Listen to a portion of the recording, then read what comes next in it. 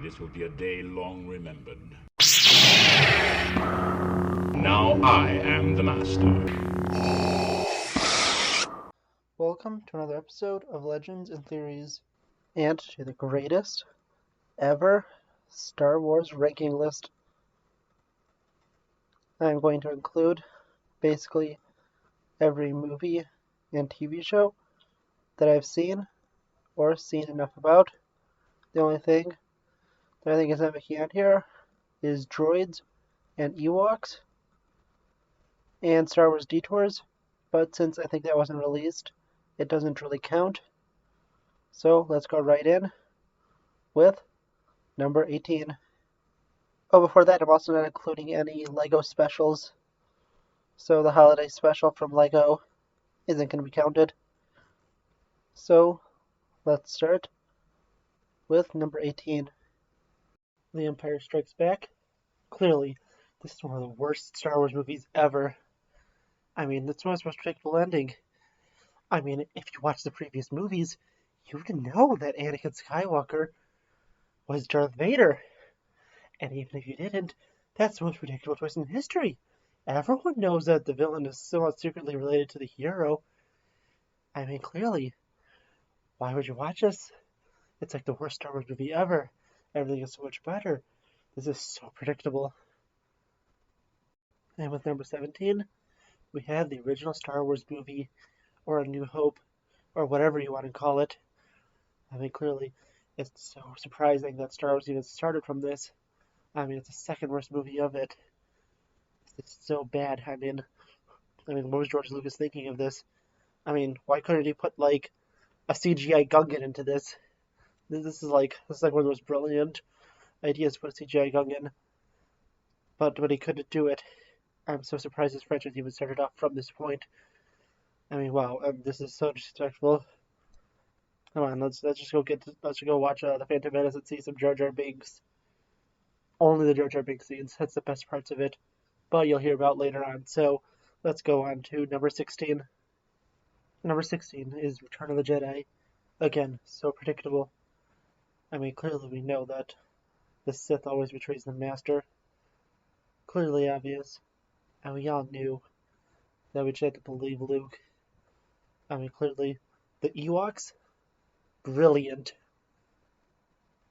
Luke Skywalker's plan was the most logical plan to ever exist to refrain from Jabba's palace. This is all, they had so many brilliant moments, but it's just not good. It all falls apart. I mean, why would Darth Vader give up all that power? Why would he save his son? He had no problem killing his wife. He had no problem trying to kill his best friend. And then again trying to killing his best friend and succeeding in it. He had no problem trying to kill Ahsoka. So why would he try to save his son? Someone he barely knew. Clearly makes no sense. That's why this goes here. It's not as crazy as the other two, but this is like the third worst one. Number 15. The Mandalorian. Seriously, why do they think this is a good idea? We don't want this. We don't want that weird, creepy baby thing. Worst thing ever. Everyone on the internet hates him. I mean, seriously, why this? Never taking his mask off? Are they cheap? Can't pay the actor to show his face more? Wow. So many contradictions with the lore. Mandalorians wear helmets. They don't wear helmets. Tried retcon in season 2.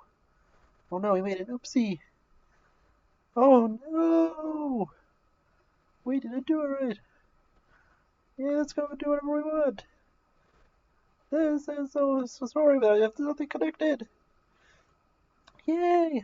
This is what else we're just gonna try and just make our money with. Buy Disney Plus subscriptions! Number 14! We're gonna put here the final season of Clone Wars and the other seasons. Who cares? I'm just reading this poster off. No one clearly cares. Why would they even bring this back? This is one of the worst shows ever. I mean, clearly this is one of the reasons George Lucas sold it. No one liked it. The rest of the prequel stuff is so much better. This only dragged it down, introducing terrible characters and ruining Anakin and Obi-Wan. Yay, why did they do this? Let's just try to bring back records to try to make money off of people with Disney Plus. Yay! To be fully honest, I actually haven't watched this series yet, but I'm just going to be judging it based on what I've heard of it. I'm going to watch it. I just haven't had a chance yet, and I'm going to watch it with my friends soon. Okay, now let's go back in. Number 13! The Clone Wars. Or Clone Wars. So he's looking confused with the other one. I mean, it's not as bad. It's just a little better. Or they rebooted or something that's way worse. This is clearly the worst. This is bad. Look at it. All stuff. None of it canon. Why even make it in the first place? Could we just reboot it a few years later? Number 12. Rogue One, a Star Wars story. Clearly, why would they do this? Only to fill in a plot hole? Wow. I guess people like burning money in Disney. Clearly. I mean, there's no point. Can't get attached to any of the characters because every main character dies. And you know the fate of everyone else if you watch those other movies. Clearly, there's no point. For number 11, we have another terrible one. Worst of the prequels. Revenge of the Sith. I mean, clearly, there's no point for this movie. If you watch the original trilogy, you know everything that will happen in it. I mean, it's a little more interesting if you watch it before. But either way, not as good. As Obi-Wan said, so uncivilized. Clearly, no point. Worst part, not as much Jar Jar. He doesn't even have one talking line in the entire movie. Clearly, it's worse of the prequels. Number 10, The Force Awakens. This is clearly the weakest out of the sequel trilogy. I mean, it's great that it's just a repeat of the original Star Wars. Definitely better than that. But, I mean, that's also its problem. It's just a repeat. I mean, if it was definitely a little more, original, it would definitely be so much better. But speaking of completely original movies, we'll go on to number 9, which is The Last Jedi. I mean, this is an original story, completely different. Some say that it's a giant middle finger to the franchise. Others say it's so great, it's completely original. But clearly, the main reason this is so good, so much better than the other ones, is because it's so original. I mean, there's also some kind of disrespectful parts, but it's also some original parts. This is just so, so divisive, so hard to pick. I need to put it precisely in the middle. I mean, it clearly can't be better than everything before it, but also can't be worse than everything after it. Sorry, I broke off a little there for a pace. Let's go back to this. Number 8, Star Wars Rebels. Clearly, the reason that this is in the better half is because of the first 2 seasons, which are amazing. But then, you have some characters that ruin it, like Hondo, Ahsoka, Rex, and then in the later seasons you have that bozo Thrawn. I mean, why even include him? You decided to canonize him, keep him there. All those other characters. Clearly, this is, a lot better because of those first 2 seasons. That's some episodes after that. But besides that, I just can't put it any higher. Number 7, Solo. I mean, I can't believe how low this movie did at the box office. It clearly should have done higher. I mean, the Darth Maul thing, mistake. Clearly, he's dead. Only for the Phantom Menace, he should definitely be dead. Looking at it, you get such a better movie without him in it. But besides that, it's a pretty good movie. But for that, I just have to place it here at number 7. At number 6, clearly it's the Phantom Menace. There's one word that describes why this movie is so good. And that what word is actually 3 words. Jar Jar Binks. Clearly that's the one reason this is good. This is only tossed back to number 6 because of that bozo Darth Maul. He should just stay dead here, not come back for Solo and stuff. Clearly, that's a big mistake. I mean, Maul was definitely one of the number one in this movie. Jar Jar was great, and that's why it's at number 6. Number 5, Attack of the Clones. Okay, so looking at this, we're in our top 5 best movies ever. Attack of the Clones, clearly number 5 here in it. The only problem is Jar Jar Binks is almost completely cut out, but at least he's important to the plot, not like in Revenge of the Sith. I mean, also, we have some great dialogue, like, I don't like sand. Ooh, yes, the dialogue is probably the best here. Honestly, the only thing that's keeping this from first place is the fact that Jar Jar was almost completely cut out.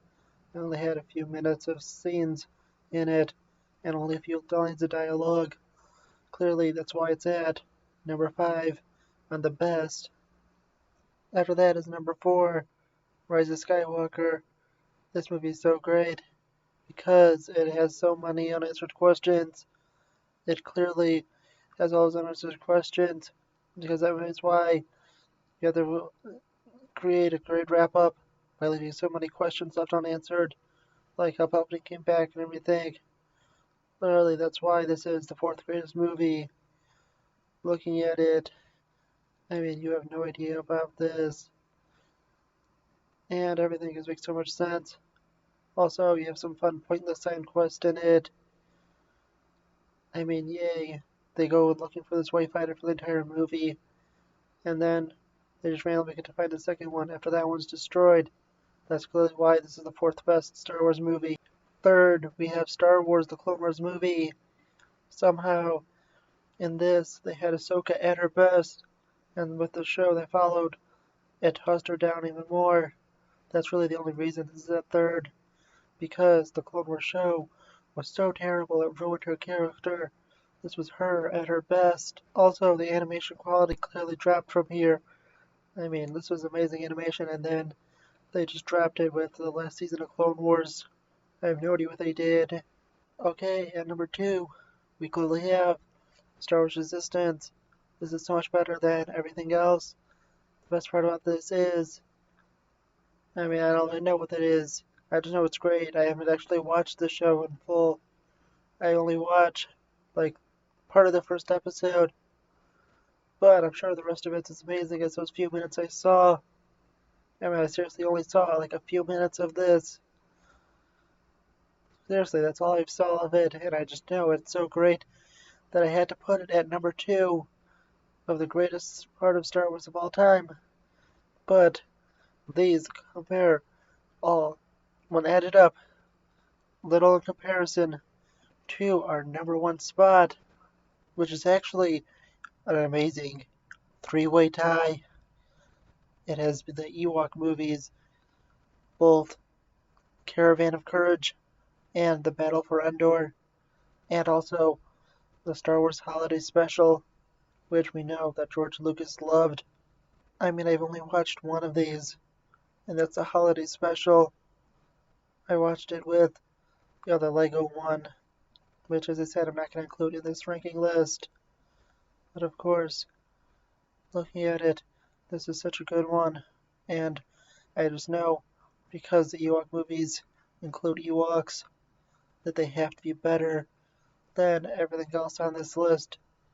These 3 movies combined clearly take the number 1 spot, and everything else on this list doesn't even come in comparison to these 3 movies, which make up first place. April Fools. Okay, yeah, I know, this is the worst Star Wars ranking list on the internet. I mean, I purposely made it to be that. I went and looked at all the Star Wars films and figured out how people would in general rank them. So this is really not my opinion, but kind of what I think that most people would say is the most common Star Wars list. That's why I have The Last Jedi at the exact middle point, which is one of the few true parts of this. I'm going to put The Last Jedi in the exact middle, since that's such a divisive film. About half the fans love it, about half the fans hate it. So I knew that had to be the middle point. I decided to do Rise of Skywalker as the end point, since it seems that a lot of people hate that one. But there are still some who love it. That's why I have a few more after it. Although I do enjoy the Clone Wars movie, I had to put it there because most people don't like it. And on the other side, I had to put Empire Strikes Back at the end and have the entire trilogy there because everyone loves the original trilogy. And then I had to put in the shows, and then I put in Rogue One just a little bit over, since there are still people who do hate the prequels and do not like Revenge of the Sith that much. So I had to put it there, even though I know there's people who put Revenge of the Sith at top of their list. I so hope that you were not offended by this video, and if you were, I truly apologize. And also, I'm pretty sure it was made as about as clear as possible that this was not serious, with the very sarcastic voice I had for almost the entire video. There was a few parts where I broke off, because it's kind of hard to do that for so long. But I was able to do it. Probably caught me a few points, but, it's very obvious that this was a joke. Happy April Fools. This was a prank I always wanted to do once I started a YouTube channel, and I hope it totally pays off.